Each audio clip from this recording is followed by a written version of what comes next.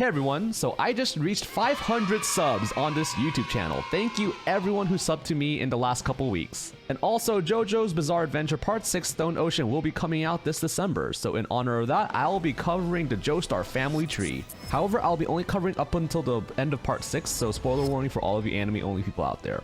Also, if you guys do enjoy JoJo content or anime in general, consider hitting that sub button down below and the notification bell also for more awesome content in the future. Also, I made a few Part 6 memes, so I'll link that down below in the info card above. Maybe check those out, because those are pretty good. Anyway, enough of that, let's get started. So first we have Jonathan Joestar, the first JoJo and the protagonist of Part 1 Phantom Blood, who is the son of George Joestar I and Mary Joestar.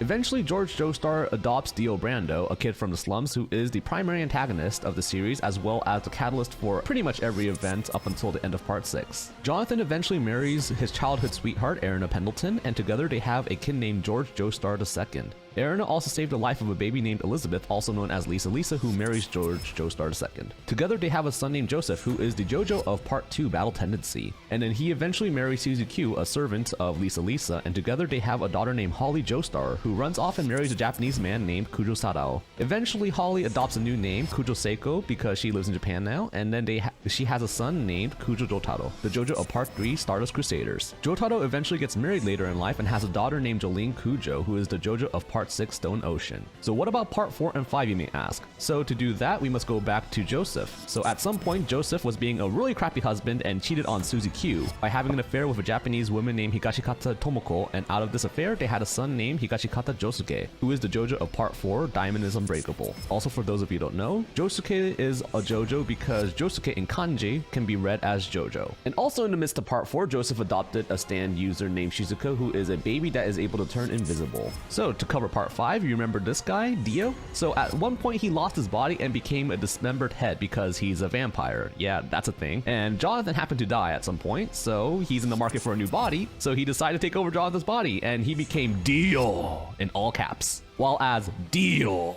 he decided to have some fun with the body that he just had, and he had a son named Shiobana Haruno, who eventually renames himself Giorno Giovanna, who is the Jojo of Part 5. So Dio decided to have some more kids besides Giorno, and their names are Donatello versus Rikiel and Ungalo. I apologize if I mispronounce those names because they are named after real-life fashion designers. So now we'll be going into spoiler territory, and I mean like real spoiler territory of Part 6 that will talk about some of the plot, so be warned if you haven't read the manga yet, or if you don't know anything about Part 6. So Dio decided to have some more fun with Jonathan's body, but this time not the way you think. So what Dio did was he took a bone out of his body and gave it to a priest named Enrico Pucci. And that bone eventually fused with the souls of 36 sinners, creating a homunculus called the Green Baby, a reincarnation of Dio and Jonathan's body after he died in Part 3. So the baby eventually fused with Pucci, creating a new stand called Sea Moon, and eventually that stand evolved into Made in Heaven. So using the stand, Pucci was able to accelerate time so far he created an entirely new universe. But Pucci died, which activated Made in Heaven's other power, which is that when the user dies, it accelerates time again, creating another new universe, but this time with no influence from Pucci or the stand. In this universe, Dio is no longer a threat, so Jolene Kujo is actually renamed Irene Kujo because there's no need for a Jojo anymore to fight against Dio. Now that Dio is not a threat, no one needs to carry on Jonathan's legacy in order to defeat him, hence there is no need for another Jojo. So that's it for the Joestar family tree up until the end of Part 6. Comment down below your favorite member of the Joestar family and what you're most excited for in Part 6. If you enjoyed the video, make sure to hit that like button below and consider subscribing and hitting that notification bell for more content in the future. Anyway, that's it for this video. See y'all next time.